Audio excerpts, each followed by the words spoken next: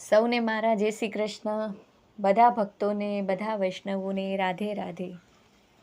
ઓમ નમઃ શિવાય. જય સાંબ સદાશિવ. પાર્વતી સહિત મહાદેવને આપણા બધાના મારા પ્રણામ છે. ગૌરીનંદન ગણપતિને સ્તુતિ કરું છું કે જરૂર પધારે. શિવ મહાપુરાણ આપણે આગળ વધારીએ છીએ. બ્રહ્માજી જે દ્રષ્ટાંત સમજાવે છે, રજૂ કરે છે, ત્યાં પહોંચ્યા ત્યાંથી આપણે આગળ વધીશું. ઓમ ત્ર્યંબકમ યજામહે સુગંધિમ પુષ્ટિવર્ધનમ ઉર્વારુકમિવ બંધનાત મૃત્યુર્મોક્ષી યમામૃતાત. જય હર હર મહાદેવ. જય મહાદેવ. બધાને શિવ મહાપુરાણ ગમતું હોય, શ્રાવણ મહિનામાં શ્રવણ અવશ્ય કરવું. તો મારી ચેનલને લાઈક, શેર અને સબસ્ક્રાઈબ જરૂરથી કરજો. ચાલો આપણે આગળ વધારીએ. બ્રહ્માજીએ આ મુજબ સમજાવીને એક દ્રષ્ટાંત રજૂ કર્યું.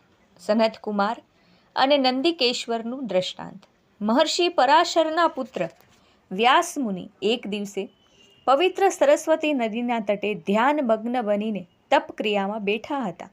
આ સમય દરમિયાન વિમાનમાં આરૂઢ થઈને પ્રભુ સનતકુમાર તે સ્થળેથી પસાર થયા. તેમની દ્રષ્ટિ મુનિ ઉપર સ્થિર થઈ. તેઓ ત્યાં રોકાયા. તક્ષણે વ્યાસ મુનિની ધ્યાન સ્થિતિનું આવરણ દૂર થયું છે. તેમણે વિમાનમાં બેઠેલા સનતકુમારને જોયા. તેમણે ભાવવંદના કરી, નમસ્કારથી તેમને સત્કાર્યા. તે વખતે પ્રસન્નતાથી સનતકુમાર કહે છે કે હે મુનિવર, તમે સત્ય વસ્તુનું ધ્યાન ધરીને બેઠા છો. સત્યમ પરમ ધીમહિ. સદાશિવ ભગવાન તમને સહાયરૂપ થાય છે. આમ છતાં તમે આ ક્ષણે તપક્રિયામાં શા માટે બેઠા છો? વ્યાસ મુનિ અત્યંત ભાવથી કહે છે કે હે પ્રભુ, આપની દયા કૃપાથી મેં વેદ માર્ગ મુજબ ધર્મ, અર્થ, કામ અને મોક્ષનો ખૂબ પ્રચાર કર્યો છે. આ રીતે હું ગુરુ બન્યો છું, પરંતુ હજી સુધી મને મોક્ષનું સાધન જાણવા મળ્યું નથી.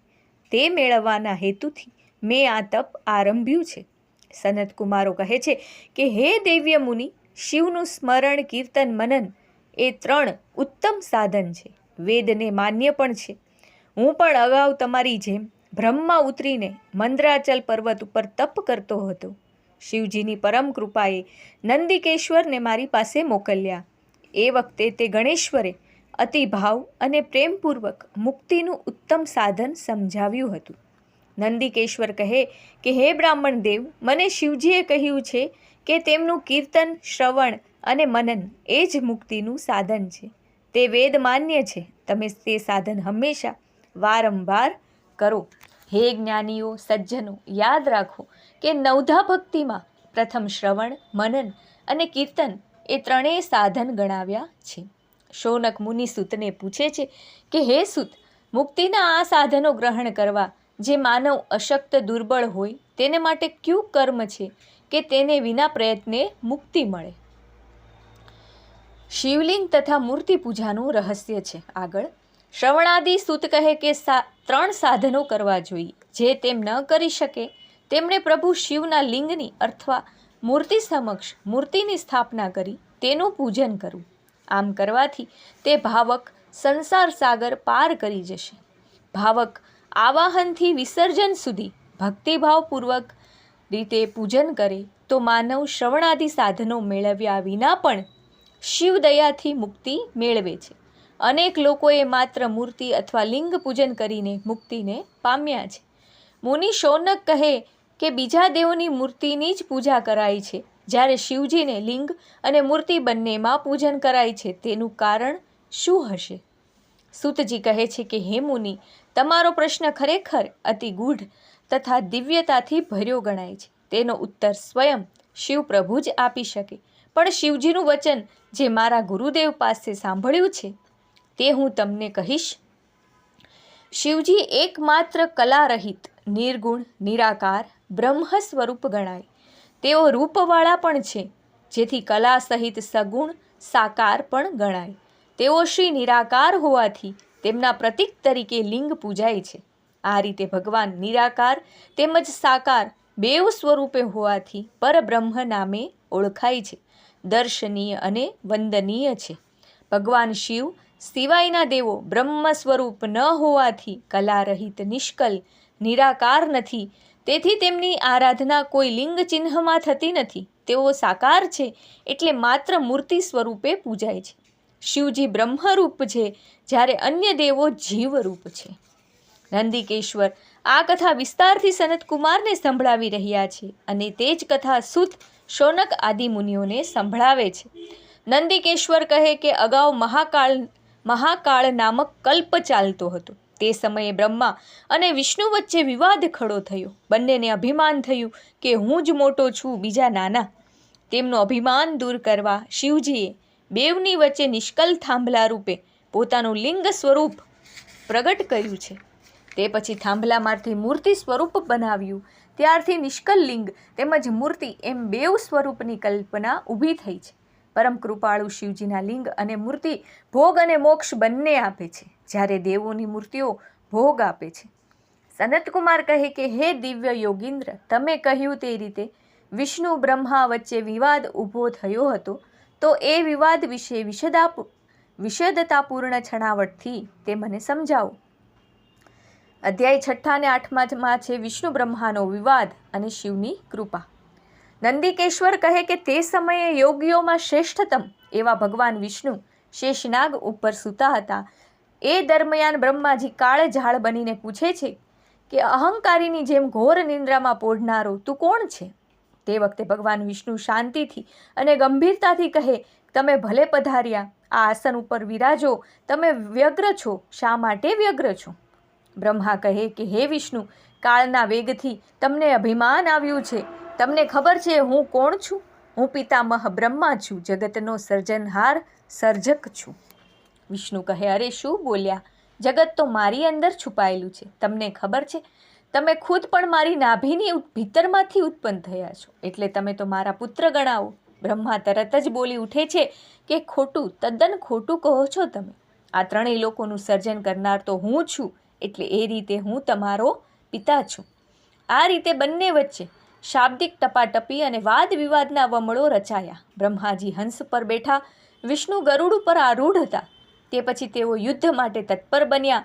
બંને સામે સામે આવી ગયા. આયુધો રણકી ઉઠ્યા, પ્રહારો થતા રહ્યા. તેમનું આ ભીષણ યુદ્ધ નિહાળી વ્યાકુળ થયેલા સઘળા દેવો બ્રહ્મ સ્વરૂપ ત્રિશૂળધારી મહાદેવ સમક્ષ ગયા. કૈલાસમાં દેવોનું આગમન થયું. તેમણે મહાદેવને દંડવત પ્રણામ કર્યા, સ્તુતિ કરી. એટલે મહાદેવ પોતાના ગણો દ્વારા તેમને પાસે બોલાવ્યા. પછી મધુર અને મંગલ એવું ગંભીર વચન કહે છે કે પુત્રો, તમે ક્ષેમ કુશળ છો ને? મારા શાસન વહીવટથી આ જગત તેમજ સઘળા દેવતાઓ પોતાના કર્મો યોગ્ય રીતે કરે છે કે કેમ? બ્રહ્મા અને વિષ્ણુની વચ્ચેની ભીષણ જંગ મંડાયો છે, તેથી હું અજાણ નથી. હવે હું તેમને શાંતિના માર્ગે લઈ જવા માટે આવું છું. તે પછી મહાદેવે ગણોને આદેશ આપ્યો, સરસ મજાનો રથ સાબદો કરો. પાર્વતીજી તથા અન્ય ગણો સહિત તેમણે પ્રયાણ કર્યું. તેઓ તત્ક્ષણે યુદ્ધના સ્થળે પહોંચ્યા છે. અદૃશ્ય સ્વરૂપે તેઓ યુદ્ધને નિરખી રહ્યા. અસ્ત્ર-શસ્ત્ર અથડાતા તણખા ઝરી રહ્યા હતા. હાકલા પડકારા થતા હતા. શુરાતનના સુસવાટા બોલી રહ્યા હતા. વાતાવરણમાં પણ આ યુદ્ધથી સ્તબ્ધ થયું હતું. મહાભયંકર પ્રલય થવાની શક્યતા નજર સામે હતી. આમ આ સ્થિતિ વધુ ચાલુ રહે તો અનર્થ જ થઈ જાય તેવું હતું. કરુણાસાગર, દીન દયાળુ, પરમ કૃપાળુ, કૃપાનિધિ શિવજીના હૈયે દયાનું ઝરણું વહી ચાલ્યું. તેમણે તે ઘડીએ અગ્નિના મોટા વિશાળ થાંભલાનો આકાર ધારણ કર્યો છે. તે પછી તેઓ બંનેની વચ્ચે નિષ્કલ સ્વરૂપે ઊભા રહ્યા. આ જોઈને બ્રહ્મા અને વિષ્ણુના શસ્ત્રો શાંત પડી ગયા. યુદ્ધ થંભી ગયું. તણખાઓ શમી ગયા. બંને આશ્ચર્ય મિશ્રિત ભાવે પરસ્પરને તાકી રહ્યા છે અને પૂછવા લાગ્યા કે આ અદ્ભુત આકાર શેનો હશે? તે શું હશે? અરે આ થાંભલાનો ઉપરનો અને નીચેનો છેડો ક્યાં છે તે આપણે જોવું જોઈએ, જાણવું જોઈએ. તે ઘડીએ જ વિષ્ણુએ વરાહનું સ્વરૂપ ધારણ કર્યું. તે થાંભલાનું મૂળ શોધવાના કામે લાગ્યા. બ્રહ્માએ પણ હંસનું રૂપ ધારણ કર્યું. થાંભલાનો છેડો શોધવો પડે ને. હંસે ઉડ્ડયન કર્યું છે, ઊંચે ગયો. વિષ્ણુનું વરાહ સ્વરૂપ પાતાળ સુધી પહોંચ્યું. ઘણા ખાખા ખોળા કર્યા, આમ તેમ ફર્યા, ઊંચા નીચા થયા, પણ થાંભલાનો છેડો મળી શક્યો નહીં. બ્રહ્માએ આકાશેથી કેવડાનું ફૂલ ખરતું દીઠું. બંને પાછા ફર્યા છે. ભગવાન સદાશિવે સ્મિત લહેરાવ્યું. બંને દેવોના ઉદ્યમ નિષ્ફળ ગયા હતા. તેઓ છેડો શોધી શક્યા ન હતા. હા, સદાશિવના માથાના ડોલનથી કેવડાનું ફૂલ ખર્યું હતું.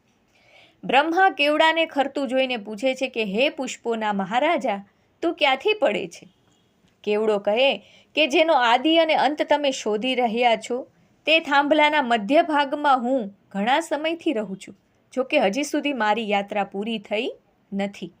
બ્રહ્મા તેને સમજાવે છે કે તું મારી સાથે ચાલ અને વિષ્ણુને કહી દે કે બ્રહ્માએ થાંભલાનો ઉપરનો છેડો શોધ્યો છે, તેનો હું સાક્ષી રહ્યો છું. ચાલ આગળ થા.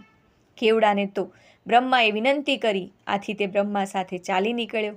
થાકેલા વિષ્ણુને બ્રહ્મા આનંદભેર જૂઠું કહે કે મેં થાંભલાનો છેડો દીઠો છે. વિષ્ણુ કહે કોઈ સાક્ષી છે? બ્રહ્મા કહે આ કેવડાને પૂછો. કેવડાએ જૂઠી સાક્ષી ભરી. કપટની આવી ચાલ જોઈને અગ્નિ સ્વરૂપ થાંભલામાંથી પરમ વંદનીય, પરમ કૃપાળુ સદાશિવ પ્રગટ થયા. તેમને જોતાની સાથે બ્રહ્માજી દોડ્યા, ચરણમાં ઝૂક્યા અને ભાવપૂર્ણ રીતે વંદન કર્યા. તેઓ કહે છે કે હે દયાળુ દેવ, આપ પ્રસન્ન થાઓ. પ્રભુ, કૃપા કરીને અમને ક્ષમા કરો. આપની દયાથી જ આ બધું બન્યું છે પ્રભુ. મહાદેવ કહે વિષ્ણુ, તમે તો સત્ય કહ્યું છે. હું તમારા પર ખુશ છું, પ્રસન્ન છું. હે વિષ્ણુ, મારી ભક્તિ તમને પ્રાપ્ત થશે. તમારી મારાથી અલગ પ્રતિષ્ઠા થશે અને પ્રજાજન ઉત્સાહભેર તમારી પૂજા કરશે. આમ પૂર્વે દેવતાઓના જૂથ સમક્ષ મહાદેવે સત્યને માટે વિષ્ણુ ઉપર પ્રસન્ન થઈને તેમને પોતાની સમાનતા આપી. પછી બ્રહ્મા તેમજ કેવડા પર શિવજીની કૃપા એટલે કે નંદિકેશ્વર કહે છે કે તે પછીની ક્ષણે જ બ્રહ્માનો ગર્વ ઉતારવા પ્રભુ મહાદેવે તેમને ભમ્મરોની વચ્ચેથી ભૈરવને પ્રગટ કર્યો. તેને આજ્ઞા કરીને કહે છે કે હે વત્સ, તું અબઘડી આ તલવાર થકી બ્રહ્માની પૂજા કર. તરત ભૈરવે તલવાર ઉઠાવી. તેણે તલવાર વડે બ્રહ્માનું 5મું મુખ કાપી નાખ્યું. બ્રહ્માના આ 5મા મુખે જ ગર્વિષ્ઠ ભાવે અસત્ય ઉચ્ચાર્યું હતું. ભૈરવે ફરીથી તલવાર ઉગામી. બ્રહ્મા ભૈરવના ચરણોમાં પડ્યા છે. તે ધ્રુજવા લાગ્યા, પોતે બચાવ માટે વિનવણી કરવા લાગ્યા છે. વિષ્ણુએ મહાદેવને વિનંતી કરી, તેથી મહાદેવે કાળઝાળ ભૈરવને રોક્યો. મહાદેવની આ ઉદારતા હતી. એમણે દયા દાખવી, પરંતુ શાપ પણ આપ્યો કે હે બ્રહ્મા, તમે ઠગાઈ લૂંચાઈ કરીને અભિમાનના પોષણ અર્થે જૂઠું બોલ્યા, માટે લોકોમાં તમારો આદર, સત્કાર અને ઉત્સવ પ્રતિષ્ઠા થશે નહીં. તેથી જ એ સમજુ સજ્જનો તે ઘડીથી આજ દિન પર્યંત બ્રહ્માજીને મળેલા શાપ મુજબ તેમની પૂજા થતી નથી. પ્રતિષ્ઠા કે ઉત્સવ જેવા પ્રસંગો પણ થતા નથી. તેમના મંદિરો પણ જોવા મળતા નથી. તે પછી બ્રહ્માએ પ્રાર્થના કરીને મહાદેવને પ્રસન્ન કર્યા. મહાદેવે એમને વરદાન આપ્યું કે તમે યજ્ઞોમાં હંમેશા અગ્રસ્થાન મેળવશો. તમારા વિનાનો યજ્ઞ નિષ્ફળ જશે. તે ક્ષણે જ પરમ કૃપાળુ મહાદેવે અસત્ય ઉચ્ચારનાર પેલા કેવડાને પણ શ્રાપ આપ્યો. કેવડો કંપી ઉઠ્યો. મહાદેવ કહે છે કે હવે પછી ક્યારેય લોકો મારી પૂજામાં કેવડાનો ઉપયોગ કરશે નહીં. કેવડાએ અપરાધ બદલ ક્ષમા માગી. તેના ચહેરા પર કરુણા ભાવ છલકાયો. તે સ્તુતિ કરીને કહે છે કે પ્રભુ, આપ શ્રીના સ્મરણ વંદન માત્રથી પાપનો નાશ થાય છે. મને તો આપશ્રીનું દર્શન થયું છે, મારો દોષ રહી જ કેમ શકે? આપશ્રીની કૃપા થકી તેનો નાશ થવો જોઈએ. મહાદેવ કહે છે કે હે કેવડા, તારા પાપનો નાશ થયો છે તે વાત સાચી, પરંતુ હું સત્યવાદી છું. હવેથી તને કદી ધારણ કરીશ નહીં. જો કે તું મારા ચંદરવાની જેમ રહી શકીશ. આમ કેવડા ઉપર તથા બ્રહ્મા વિષ્ણુ ઉપર કૃપા કરીને સર્વદેવોથી સ્તુતિ કરતા ભગવાન શિવ સભામાં બેઠા. હર હર મહાદેવ, જય જય મહાદેવ, જય સાંબ સદાશિવ. મહાદેવની કૃપા અપરંપાર છે. એ સામાન્ય માણસથી લઈને બ્રહ્મા વિષ્ણુ સુધી બધાના ઉપર દયા અને કરુણા રાખતા હોય છે. નિર્મોહી અને એકદમ ભોળા ભાવે કરેલી સેવાનો મહાદેવ સ્વીકાર કરતા હોય છે. તો શ્રાવણ માસ કાલથી ચાલુ થાય છે. બને એટલી મહાદેવની સેવા અને ભક્તિ કરવી. આમાં કીધું છે એમ શ્રવણ, ચિંતન, મનન કરવું, ધ્યાન કરવું, માળાઓ કરવી, કીર્તન કરવું, મહાદેવની આરાધના કરવી. તો ચાલો કાલે પાછા ફરીથી આગળ અધ્યાય વધારશું. કાલે 9 થી 12 અધ્યાય આવશે. એમાં છે શિવનું પ્રાગટ્ય, ઓમકાર, શિવલિંગ અને શિવ ક્ષેત્ર. એના વિશેનું સંપૂર્ણ માહિતી અને સંપૂર્ણ જ્ઞાન કાલે આપવામાં આવશે. આજે બધાની કથા અહીંયા વિરામ મૂકીએ. ચાલો, જય જય મહાદેવ. હર હર મહાદેવ. હર